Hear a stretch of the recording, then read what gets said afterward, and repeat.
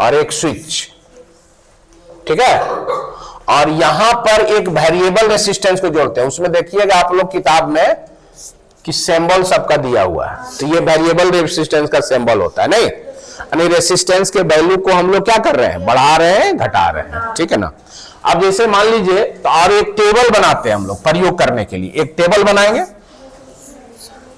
बनाएंगे, और उसमें क्या देखेंगे, V और I, कम से कम 3 वैल्यू को देखना है, 2 वैल्यू में पता नहीं चलता है, तो कम से कम 3 वैल्यू को देखना है, ठीक है ना। मान लीजिए यहां 2 वोल्ट दिए, घुमा करके रेसिस्टेंस, पंखा में रेगुलेटर लगल है ना, वो एक वेरिएबल रेसिस्टेंस होता है, ठीक है ना। वेरिएबल मतलब उसके वैल्यू को चेंज करना, ठीक है ना। और रेसिस्टेंस का मतलब प्रतिरोध।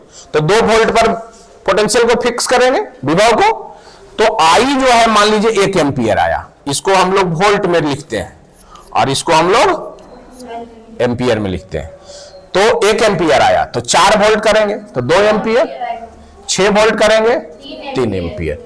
तो देखिए यहां V बटा I का जो मान है वो हमेशा कांस्टेंट है कि नहीं, 2 बटा 1 2, 4 बटा 2 2, 6 बटा 3 2। समझ रहे बात, जो ओम्स लॉ को वेरीफाई करता है कि R बराबर V बटा I। समझ रहे बात। इसके लिए क्या करते हैं, देख लीजिएगा सर, ठीक है। इसके लिए क्या करते हैं, तो ये ग्राफ बना करके देखते हैं, ये ग्राफ, ठीक है। इस पर I का मान होता है और इस पर V का मान होता है, यही ग्राफ है। अब यहां पर हम लोग करंट को रिप्रेजेंट कर रहे हैं, I जो होगा वो एम्पियर में होगा और V जो होगा वो वोल्ट में होगा। 1 एम्पियर, 2 एम्पियर, 3 एम्पियर, 2 वोल्ट, ये वोल्ट में है नहीं, 4 वोल्ट, 6 वोल्ट, ठीक है ना। ग्राफ खींचेंगे, 1 पर 2 तो यहां आया, 2 पर 4 तो यहां आया, 3 पर 6 तो यहां आया। देखिएगा कि ग्राफ जो खींच रहे हैं वो क्या शो करेगा, एक स्ट्रेट लाइन को शो करेगा। इसका मतलब हुआ कि Ohm's law is verified, Ohm's law को हम लोग सत्यापित कर दिए। समझ में आया बात, यही है। हाँ क्यों नहीं, ऊपर नीचे उससे कोई दिक्कत नहीं है, ठीक है। मतलब जनरली हम लोग यही रिप्रेजेंट करते हैं। वो ग्राफ में भी एक्स एक्सिस पर हम लोग I का मान लेते हैं और Y एक्सिस पर हम लोग V का मान लेते हैं, ठीक है ना। लेकिन ग्राफ बनाने के लिए तो आपके पास फ्रीडम है कि आप जो है सो कहीं पर भी ले सकते हैं, वो अलग थोड़ी निकलेगा, वही नहीं निकलेगा। उसको हम ऐसे पलट करके दिखा दे, कॉपी को हम ऐसे रखे हुए हैं तो इसको ऐसे पलट देंगे तो ऊपर नीचे हो गया कि नहीं, ठीक है। तो वैसा कोई रिस्ट्रिक्शन नहीं है कि I को हम एक्स एक्सिस पर ले और V को Y एक्सिस पर ले। वो जनरली रिप्रेजेंटेशन में ऐसा बताया जाता है कि एक्स एक्सिस पर I को ले लिए और Y एक्सिस पर V को ले लिए, ठीक है। कौन वो वेरिएबल रेसिस्टेंस तो बढ़ाएगी घटाएगी कैसे, तो एक ही मान न मिलेगा। जैसे जो मान लीजिए 3 को बैटरी हम लगाएं तो 4.5 वोल्ट मिल रहा है, तो 4.5 वोल्ट ही ना मिलेगा हमको बराबर। अब वो रेगुलेटर लगाओ, फैन को हम डायरेक्ट चला दिए तो वो तो एक ही स्पीड में चलते रहेगा, और रेगुलेटर लगा दिए तो उसके लिए देखते हैं 1 2 3 4 5 इस तरह से। तो 1 पर थोड़ा सा धीमा चला, कारण क्या हुआ, वहां रेसिस्टेंस के वैल्यू को हाई कर रहे हैं, ठीक है। 2 किए तो उससे थोड़ा सा रेसिस्टेंस कम हुआ तो करंट ज्यादा पास करेगा, नहीं 3 हुआ तो और ज्यादा पास करेगा, 4 और ज्यादा, 5 में मतलब उसका रुकावट नहीं के बराबर हो जाता है, तब वो फुल स्पीड में फैन क्या करता है, मूव करता है। तो वही हो गया वेरिएबल रेसिस्टेंस। समझ रहे बात, कोई दिक्कत इसमें, इसको उतारिएगा तो उतार लीजिए। हाँ, ओम के नियम को लिखिए और उसे सत्यापित कीजिए, तो फिगर बनाना पड़ेगा। फिगर में ये चीज यहां देखिए, 2 मीटर हम लोग यूज किए, एक वोल्ट मीटर और एक आमीटर। एम्पियर मीटर जिसको बोलते हैं, आमीटर पढ़ते हैं, ए मीटर पढ़ते हैं, एम्पियर मीटर पढ़ते हैं, ठीक है ना। तो वोल्ट मीटर हमेशा रेसिस्टेंस के क्या होगा, समांतर क्रम में जुटेगा, और आमीटर जो होगा वो श्रेणी क्रम में जुटता है। इसे याद रखिएगा आप लोग, ठीक है। चलिए, हाँ फिगर बनाना पड़ेगा। हाँ, तो टेबल भी बनाना पड़ेगा। जैसे आप वेरिएबल रेसिस्टेंस के द्वारा V के वैल्यू को बढ़ा घटा रहे हैं, तो उसके करस्पॉन्डिंग में एक I का वैल्यू मिलेगा कि नहीं मिलेगा, तो उसको नोट करना है, तभी ना ग्राफ बनेगा। हाँ, खुद से बात। तो वहां पर आपको क्या इंस्ट्रूमेंट दिया गया है कि करंट को मेजर की, ये सब लैब में आप प्रयोगशाला में एक्सपेरिमेंट कर सकते हैं। ओम्स लॉ का वेरिफिकेशन, ठीक है ना। ओम्स लॉ का एपरेटस प्रयोगशाला में आप लोग का विद्यालय में होगा, उससे आप जो है सो वेरीफाई कर सकते हो, ठीक है।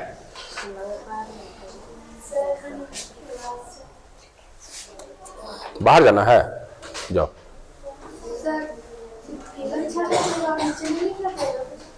इसके बारे में लिखेगी ना कि एक रेसिस्टेंस लिए, प्रतिरोध लिए, एक चालक तार लिए जिसका प्रतिरोध R है, और उसको एक बैटरी और एक स्विच से जोड़ दिए। वोल्ट मीटर चालक तार के समांतर क्रम में जोड़े, जो इसके विभवांतर को मेजर करेगा। आम मीटर जो है परिपथ में श्रेणी क्रम में जोड़े, जो I के वैल्यू को मेजर करेगा, ठीक है ना।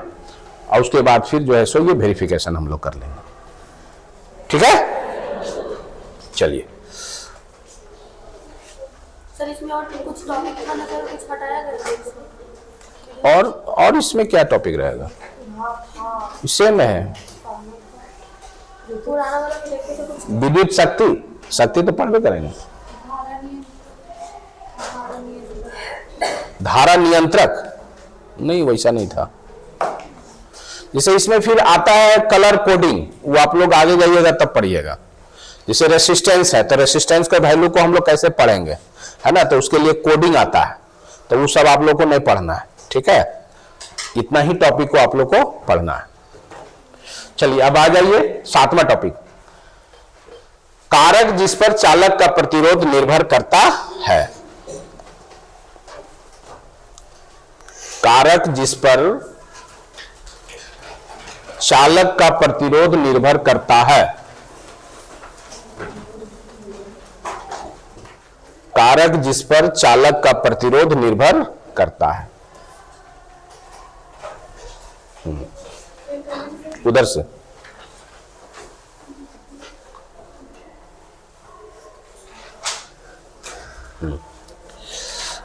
डैश देकर के लिखिए, किसी चालक तार का प्रतिरोध, किसी चालक तार का प्रतिरोध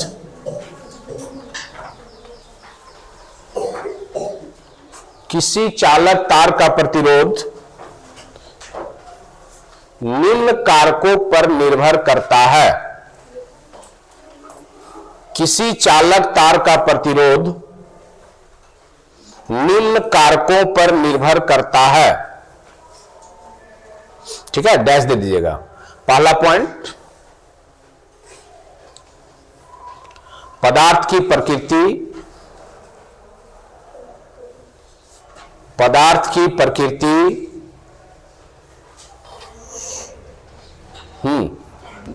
दूसरा चालक तार की लंबाई।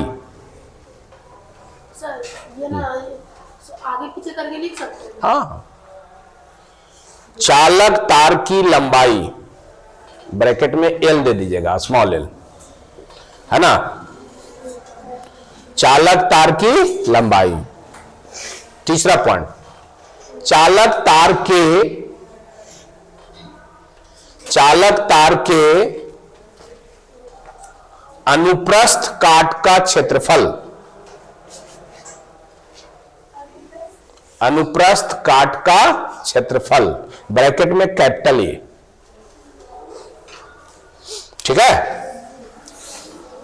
या चालक तार की मोटाई इसको भी कहते हैं। नहीं, अनुप्रस्थ काट का क्षेत्रफल का मतलब क्या हो गया?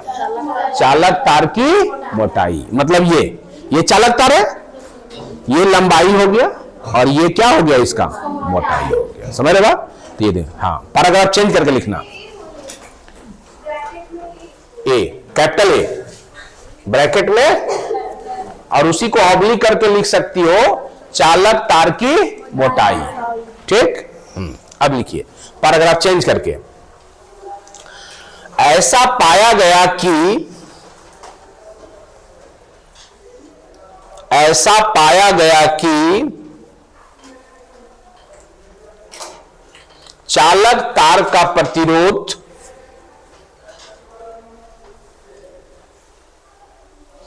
चालक तार का प्रतिरोध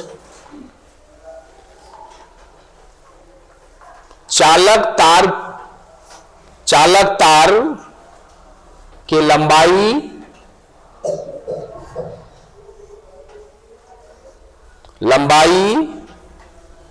के समानुपाती होता है। हाँ, तार चालक तार की लंबाई का समानुपाती होता है तथा इसके अनुप्रस्थ काट के क्षेत्रफल का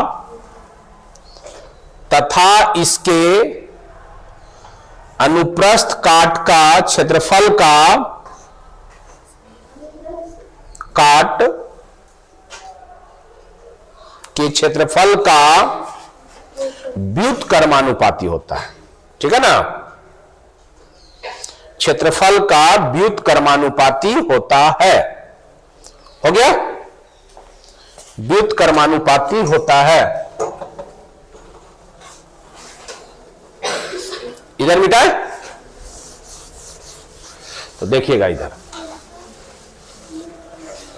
तो R जो है क्या हुआ, समानुपाती, लेंथ का समानुपाती हो गया, और R जो है व्युत्क्रमानुपाती है एरिया का। नहीं, इस दोनों को मिला देंगे तो इधर वाला मल्टीप्लाई हो जाता है, तो L/A हो जाता है, प्रोपोर्शनल। अब यहां प्रोपोर्शनल का साइन हटाएंगे तो यहां कांस्टेंट एक रो लगता है, इसको क्या पढ़ते हैं, रो L/A। हाँ, इसी को प्रतिरोधकता कहते हैं, जहां रो को हम लोग क्या कहते हैं, प्रतिरोधकता कहते हैं। नहीं, और रो बराबर क्या हो गया, P जैसा थोड़ा सा रहता है, RA/L। चलिए इसको नोट कीजिए।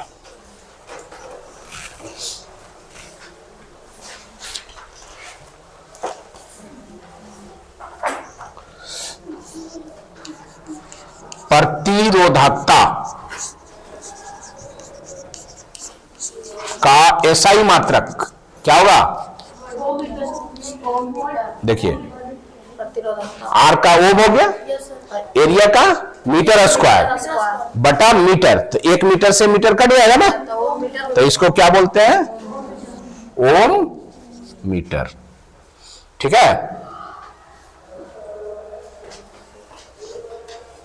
सर ये वाला सिद्ध करने के लिए भी आता है क्या? कौन, ये R/A और वो डिस्क्राइब हुआ, ये सिद्ध नहीं हुआ, डिस्क्राइब हो गया। ठीक है ना, इसको हम लोग एक्सप्लेन कर रहे हैं, समझी बात।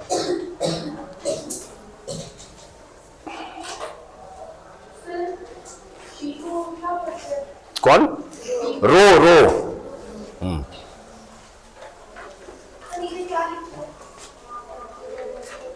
प्रतिरोधकता का SI मात्रक ओम मीटर है।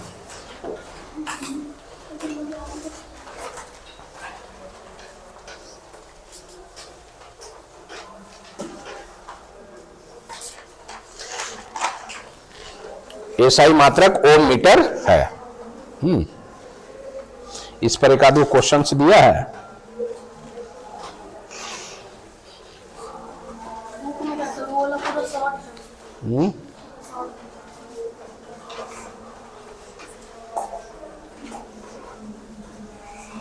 देखिए क्वेश्चन है इसमें, लिखिए क्वेश्चन इस पर, इसके आधार पर एक क्वेश्चन लिख लीजिए। लिखिए, यहां तो हो गया सबका।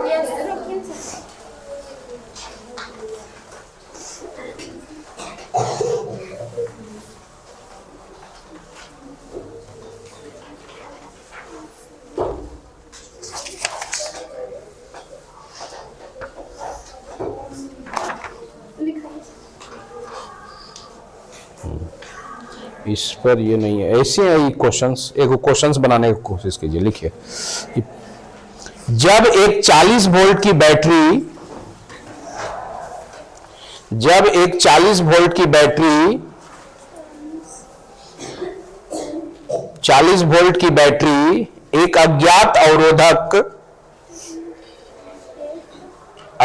अवरोधक से जुड़ी होती है, अज्ञात अवरोधक से जुड़ी होती है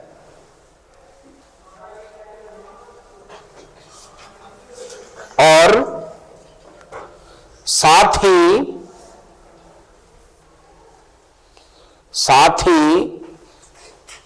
यदि परिपथ में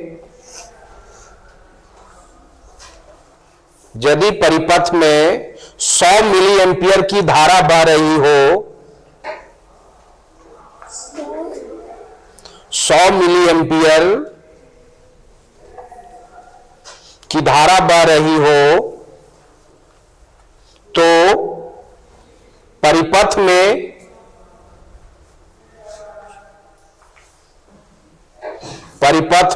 स्थित अवरोधक का प्रतिरोध का मान ज्ञात कीजिए। प्रतिरोध का मान ज्ञात कीजिए, ठीक है ना। प्रतिरोध का मान ज्ञात कीजिए। देखिए इसमें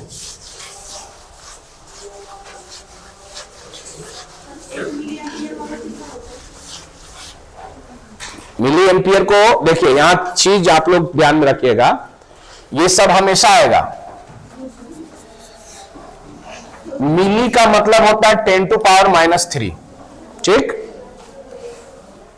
माइक्रो -6, 3 का अधिक चेंज होता है।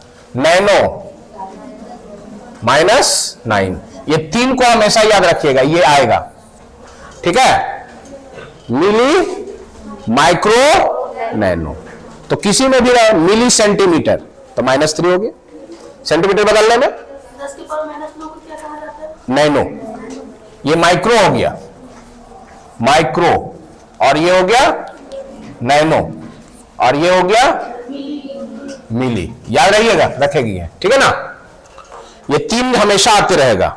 अब देखिए क्वेश्चंस में क्या कह रहा है, ध्यान दीजिएगा इधर। क्वेश्चंस है एक 40 वोल्ट की बैटरी, तो गिवन पहले लिखेंगे V बराबर 40 वोल्ट, परिपथ में 100 मिली एम्पियर, तो 100 मिली एम्पियर का मतलब क्या हो गया 100 इंटू 10 टू पावर -3 एम्पियर। मिली को चेंज किया एम्पियर में, तो -3 से क्या करना होगा, मल्टीप्लाई करना होगा। तो इसका मतलब क्या हो गया, -3 का मतलब नीचे 1000, 1/10, 0.1 एम्पियर। नहीं, धारा बह रही है तो परिपथ में स्थित अवरोधक की प्रतिरोध का मान ज्ञात कीजिए।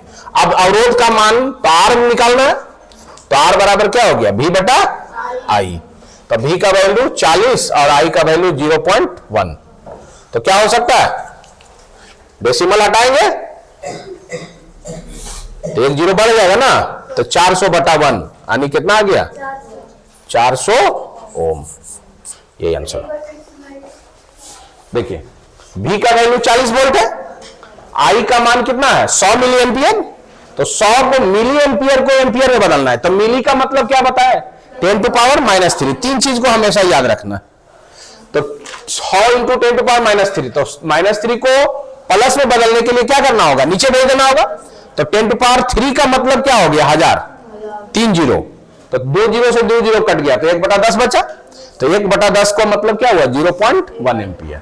अब R बराबर क्या होता है V/I, तो V का वैल्यू 40 और I का वैल्यू 0.1। एक डेसिमल हटाएंगे तो 1 0 ऊपर चला जाएगा, यानी 400/1 मतलब 400 ओम, ठीक है ना। चलिए इसको नोट कीजिए जल्दी।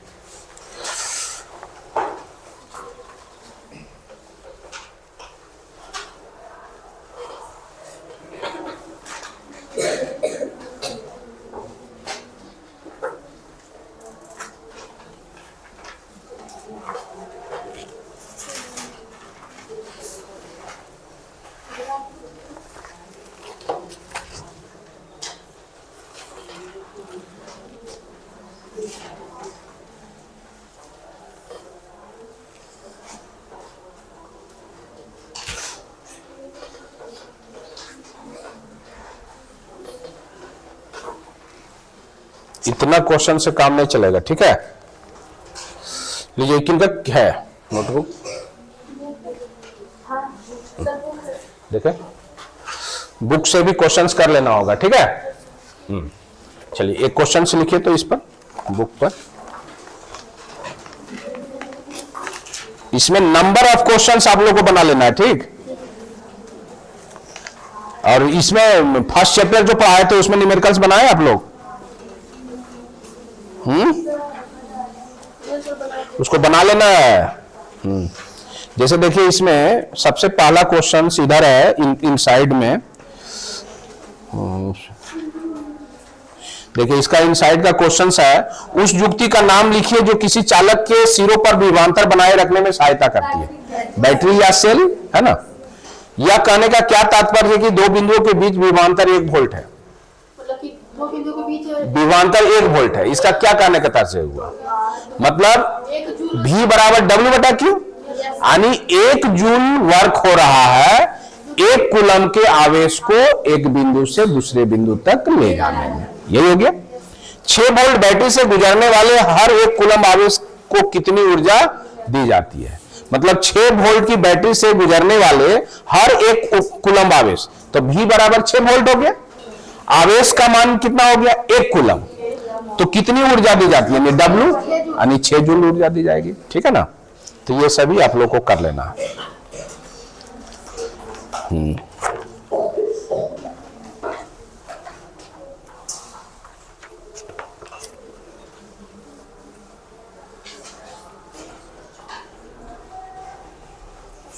एक क्वेश्चन से लिखिए तो, दिए गए पदार्थ की सर इसमें टॉपिक कौन पढ़ा है?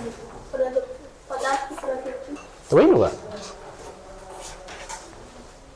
तो मतलब इसका एक्सप्लेन है ना। नहीं, उसका पदार्थ की प्रकृति का मतलब क्या? वो उसके नेचर, वो चांदी का है, आयरन का है या कोई अदर, तो सबका रेसिस्टेंस क्या होता है? अलग अलग होता है ना।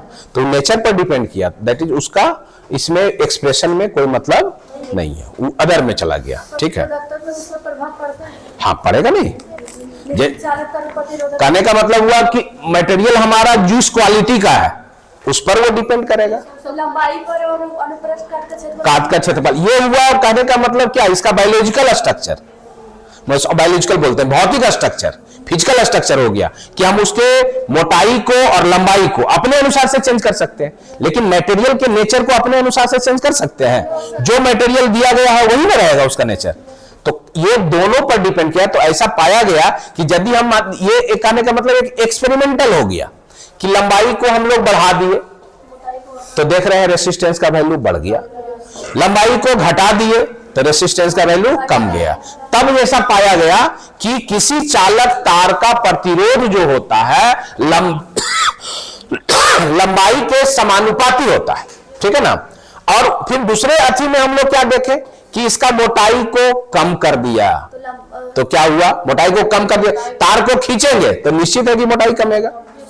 समझ रहे बात? तो मोटाई कम रहा है तो प्रतिरोध बढ़ रहा है, अब मोटाई बढ़ रहा है तो प्रतिरोध घट रहा है, तो यह इनवर्सली प्रोपोर्शनल हो गया, मतलब व्युत्क्रमानुपाती। तो ये आपका भौतिक स्ट्रक्चर हो गया, फिजिकल स्ट्रक्चर, जो आप पर डिपेंड कर रहा है कि उसके लंबाई को हम लोग बढ़ा भी सकते हैं, घटा सकते हैं, लेकिन मटेरियल के नेचर को आप चेंज कर सकते हो? नहीं कर सकते हो। तो कांस्टेंट हो गया ना। तो लिखिए अगला क्वेश्चन, दिए गए पदार्थ की एल लंबाई, पदार्थ की एल लंबाई, एल स्मॉल एल लंबाई तथा ए मोटाई, कैपिटल ए मोटाई के तार का प्रतिरोध,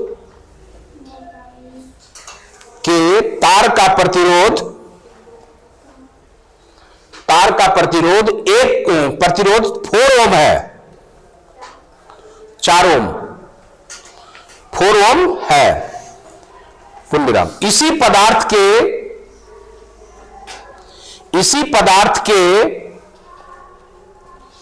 किसी अन्य तार का प्रतिरोध क्या होगा?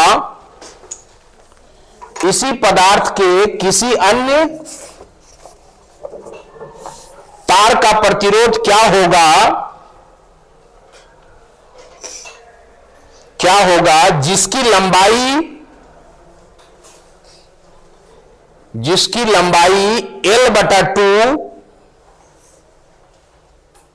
L/2 तथा